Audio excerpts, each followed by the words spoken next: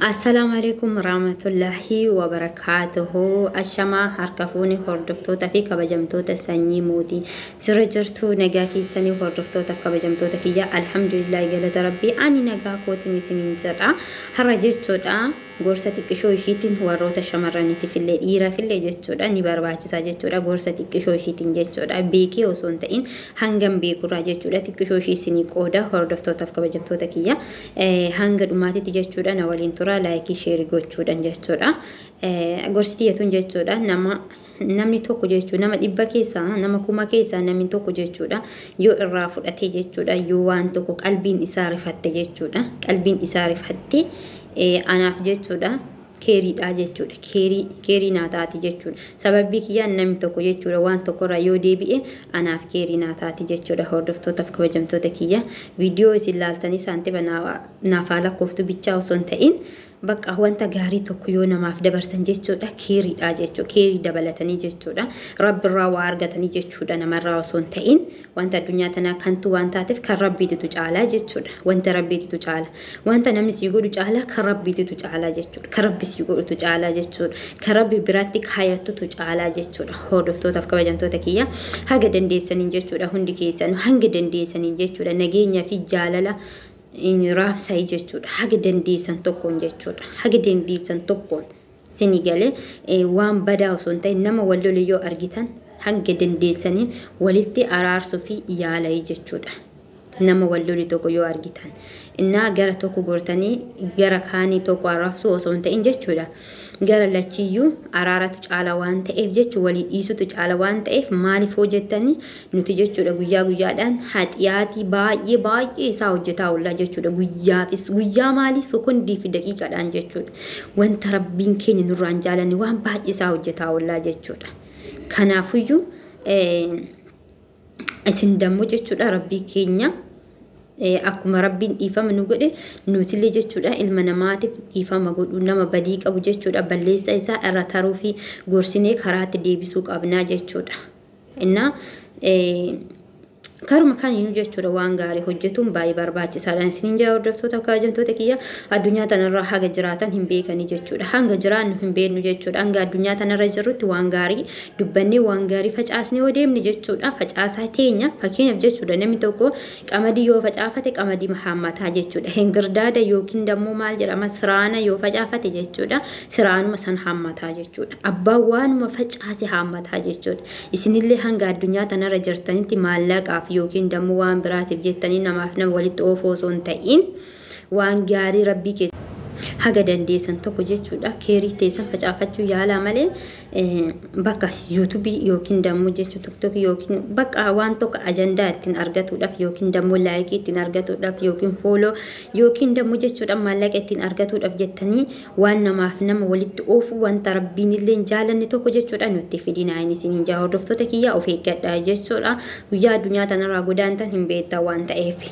maaliif mana ergisaa keessa jirtanii mana ergisaatuun manuma ergisaa san fakkeenyaaf jechuun namni tokko bara yoo mana kiraa galu fakkeenyaaf mana kiraa yoo galtan jechuudha guyyaa keessaa baatanillee hin beektanii jechuudha kuni garuu guyyaa keessaa deemnu iyyuu hin beeknu jechuudha mistira dhokataadha namni kamuyyuu baruun namni kamuyyuu jechuudha hin beeku jechuudha kanaafiyyuu rabbii tokkicha yoo ta'een alatti jechuudha kanaafiyyuu hordoftoota kabajamtoota kiyya waan gaarii godhaa hin jedha wallaahi hara jechuudha baay'ee na aarsi waan baay'ee na aarsi baay'ee tokkoon aarii jechuudha kanaafin gosa xiqqishooshii jechuudha shamarranii fi dhiira fillee jechuudha suma barumsa ta'a jechuudha dubbatuu dhufeen isin hin jedha hordoftoota kabajamtoota kiyya wanti sunillee maalidha yoo jettan jechuudha wanti narra isin dubbachuudhaaf dhufe taamaanyi yookiin dammoo amanamaa ta'ayi isiniin jechuuf hin dhufe hordoftootaaf kabajamtoota kiyya amanamaa ta'uun giddeetaadha jechuudha giddeetaa ilma namaati jechuudha amanamaa ta'uuf nama tokkoof jechuudha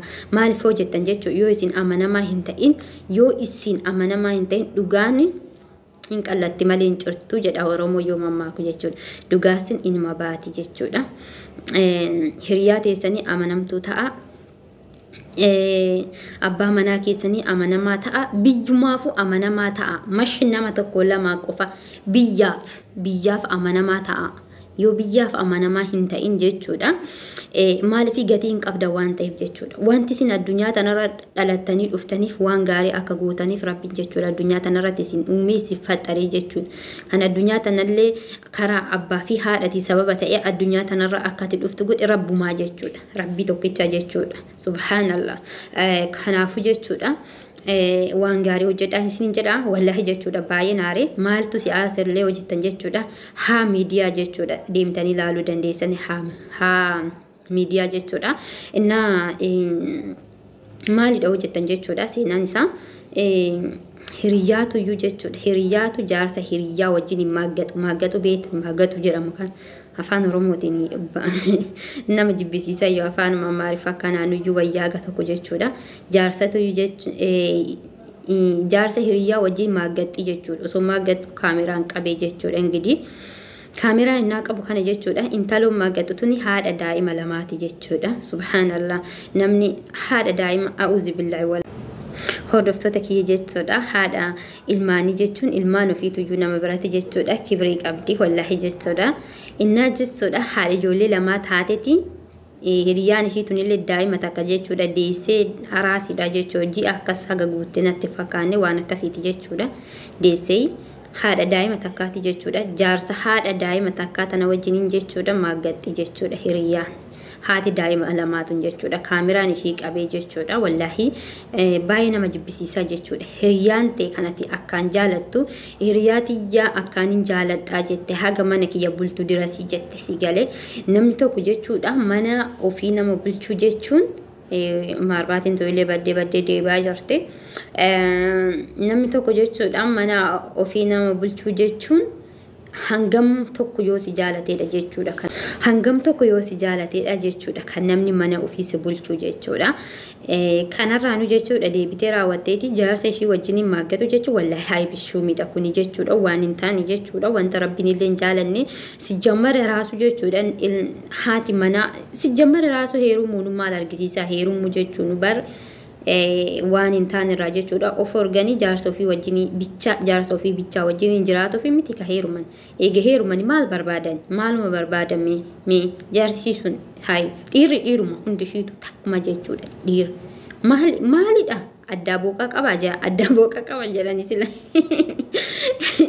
Addaa booqa qabamu baay'ee dikoy maalidhanni wallahi jechuudha. Inni garramaa jechuudha. Wallahi baay'ee nagarrama jechuudha. Hordoftoota kiyya haadha manaatiif abbaa manaatiif miti hiriyaa keessaniif taamaanyi ta'a. Hiriyaa keessaniif taamaanyi ta'a. Hiriyaa keessan isin ittiin balleessi malee inni isinitti balleessi adeemu. Inni isinitti balleessi adeemu isin nammoo kan isa caalu argattanii jechuudha. Kan isa san caalu daranii argattanii jechuudha. Isin garuu isarratti jechuudha waan hin taane hin dalagina. Ni bakka hin janajjaninaayyuu maaggatu naa taa'u hin janajjaninaayyuu isiniin jaa hordoftootaaf kabajamtoota kiyya. Kanaafuu jechuudha tidaarii jechuun yookiin bultii jechuun wallahi jechuudha kan rabbi walitti hidheetu wajjin hin jiraata malee bultii jechuun baay'ee ulfaataa jechuudha. Ati nama jaalattu wajjiniin hin jiraattu. Nama jibbitu wajjin hin jiraatu. Nama rabbiin si qooda keeti siin jedhe jechuudha. Si hire wajjin hin jiraata jechuudha. Hanga feete osoo jaalatte jechuudha yoo rabbiin kee waliif isin hin hirin wajjin hin jiraachuu hin danda'ani jechuudha. Kanaafuu yoo hordoftootaaf kabajamtoota kiyya du'aayyuu godhataa jechuudha. Rabbii keessan gaafataa jechuudha. Hiriyaa keessaniif iyyuu taamaanyi taa'an isin hin jaa hordoftootaaf kabajamtoota kiyya maaggaxuuni. Maqaa keetillee balleessitee maqaa maatii keetillee balleessitee ofillee balleessitaa jechuudha. Malee homa takka bu'aan qabu jechuudha. Homa takka bu'aan qabu. Kanaafuu jechuudha amma kaameraan ishii qabe jechuudha hin qabamte jechuudha. Maaliif dhugaanii hin qallatti malee hin cottu kan hin jedhe sun kanaaf jechuudha. Mashallah Oromotu mamake wallahi jechuudha. Innaa jechuudha hin qabamte jechuudha. Guyyaa isii qabee jechuudha. Haxiyaatii ishiin yookiin cubbuu ishiin jechuudha. Haadha abbaa manaa ishiitti irratti hojjettetu ishii qabee jechuudha. Intalootana sababa godhee jechuudha. Qabamte jechuudha. Innaa qabamtu kana abbaa manaa ishiititti himanii jechuudha. Ka himamuun giddeetara waan ta'eef himanii jechuudha. Abbaan manaa hin dhagahe jechuun baay'ee aaree jechuudha. Baay'ee wannoo jedhe jechuudha. Amanuun illee itti ulfaatee ture garuu jechuu viidiyoo laalee jedhu akkasitti amanii jechuudha. Inni amanu kana ijoolleen maal lamaantu nuti yaa'ii shakkii shakkiin itti galee jechuudha. Shakkiin innaa itti galu kana jechuudha. Maaliif gizeen amma jechuudha teknooloojiidha. Gizeen jechuudha wal sobuun hin danda'amu jechuudha. Wal sobuun hin danda'amu jechuudha. Wal shawadanii bahuun hin danda'amu jechuudha. Gizee ammaa kana keessatti galata rabbii walla wanti kunuu kan dhufe jechuudha. Galata rabbii. Dhiiga jechuun DNA ka jedhamu jechuudha. DNA marmaraa goosisee jechuudha. Ijoollee lamaan ofii kanaa shakkee maaliif ishiin jechuudha kan har'a jaarsa hiriyaa ishii wajjin hin maaggadhe ijoollummaan tunuti ya ta'uu ishii maalidhaan beekaa kan jedhu jechuudha. Maalidhaan beekaa ka jedhu jechuudha. DNA godhe yoo DNA godhu jechuudha intalli angafaa ka isaati jechuudha. Mucaan lammaata dhalate kan isaati miti jechuudha. Wallahi mee maal ta'e dhagaamasin mee hordoftoota kabajamtoota kiyya namni isin jaalattan tokko jechuudha. Haati manaa keessan tokko hordoftoota kiyya jaarotatu dhufee addaan kute namni isin jaalattan tokko haati manaa keessan kabajamtuu tiyya giifti duree tiyya isin jettan jechuudha.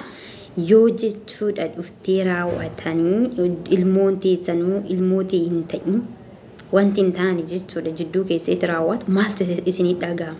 Wallaahi maaltu isinii dhagahama? Mee maal gootan osoo isin ta'ee maal gootan? Maal gootan mee?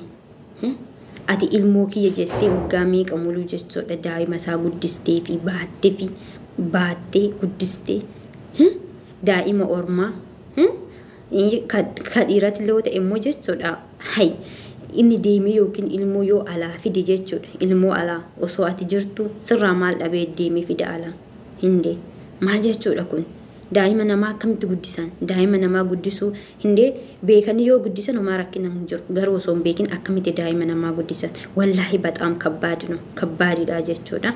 A'uuzi billaahi rabbi waan akkanaati raasinaa eegu hordoftoota kiyya taammaanyi ta'a jaarsa keessaniif abbaa manaa keessaniif taammaanyi hordoftoota kiyya taammaanyi ta'uun giddeetadha jechuudha. Taammaanyi ta'uun giddeetadha. Taammaanyi ta'a bultii teessaniif taammaanyi ta'a jireenya keessaniif taammaanyi ta'a mana hojjettaniif taammaanyi ta'a hordoftoota kiyya taammaanyinnatiin kun baay'ee barbaachisaadha. Yoo abbaa manaa keessaniin jaalanne taate addaan baha bakka addaan baha rabbitu sin gaafata malee addunyaa tanarratti jechuudha. Namallee ofitti kolfisiistanii maqaa maatii keessatti illee yookiin bakka waan hin taane fiddan waan ta'eef jechuudha. Nama hin jaalanne jala teessanii maaggaxuurra biraa deematii nama jaalattanitti heerumaa jechuudha. Bultiin kan namni lama jaalatee itti seenudha malee kan tokko jaalatee tokko jibbaadhaan itti seenu miti. Haawwata teenya yoo taate jechuudha duraan hordoftoota kiyya abbaa manaa isaaniitu iyyuu hin beekani. Abbaa manaa isaaniitu hin beekani jechuudha. Ana ummii tiyya jechuudha. Ummiin tiyya guddoo miti. Ummiin tiyya jechuudha haganan ga'u kana geessi jechuudha. Indoo maanatti jaartii biratti fakkaata jechuudha. Ummiin tiyya baay'ee xiqqoodha. Ummii tiyya jechuudha xiqqeenyaan abbaan kee jechuudha butee fudhatee jechuudha. Butee jechuudha buttaadha fudhatee jechuudha ummiitiyya. Isaa kana isaayyuu hin beektu jechuudha. Isumaayyuu hin beektu garuu jaalalli isaan jidduu jirtu wallaahi maashaallah amma jechuudha.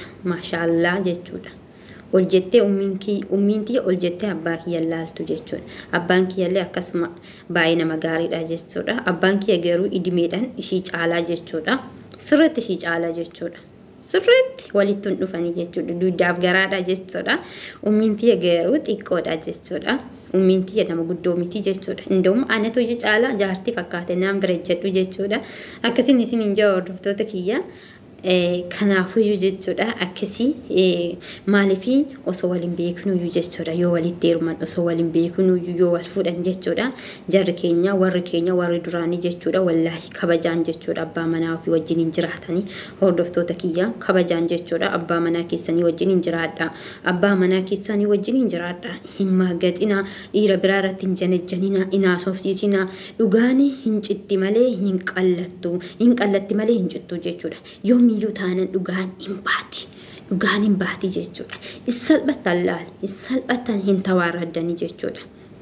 Hin tawaarraddan beektanii kana keessan galina maal isin nuti warqii dhabar daabaa bar nuti daa'imandii nuti bar daa'imandii dhabar nuti shamaran jechuudha daa'imandii dhabar akkamitti dhiirri wasayni dhiirri akkasumaan dhufeetuma akkanattuu akkamitti na qabatan. Akka harkumaanuma na qabatan jaarsa kiyya malee jechuudha. Jaarsa kiyya malee maaliif na qabatan? Hindee maaliif nuti bar warqii dhabar nuti warqii dha jechuudha, dahabaa jechuudha, diamondii dha jechuudha. Indee maaliif nu qabatan? Maaliif?